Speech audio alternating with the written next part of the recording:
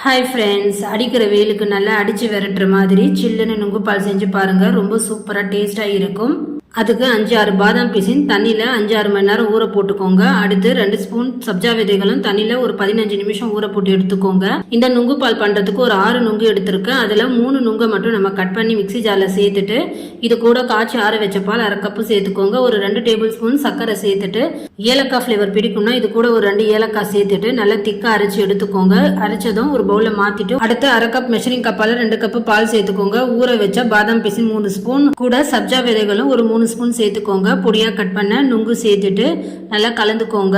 இதுலயே நீங்க ice cube சேர்த்தீங்கன்னா பால் சல்லுன்னு ஆயிப்போடும். ஃப்ரிட்ஜில் கொஞ்ச நேரம் சில்லானதும் எடுத்து பரிமாறுனீங்கன்னா சூப்பரா டேஸ்டான நுங்கு பால் ரெடி. நீங்களும் இதே போல வீட்டில் செஞ்சு பாருங்க. செஞ்சு சாப்பிட்டு பார்த்துட்டு டேஸ்ட் எப்படி இருந்தது மறக்காம கமெண்ட் பண்ணுங்க. இந்த ரெசிபி வீடியோ பிடிச்சிருந்தா கோமதி ஃபுட் சேனலுக்கு லைக் பண்ணுங்க, ஷேர் பண்ணுங்க, சப்ஸ்கிரைப் பண்ணிக்கோங்க. தேங்க்ஸ் ஃபார் வாட்சிங்.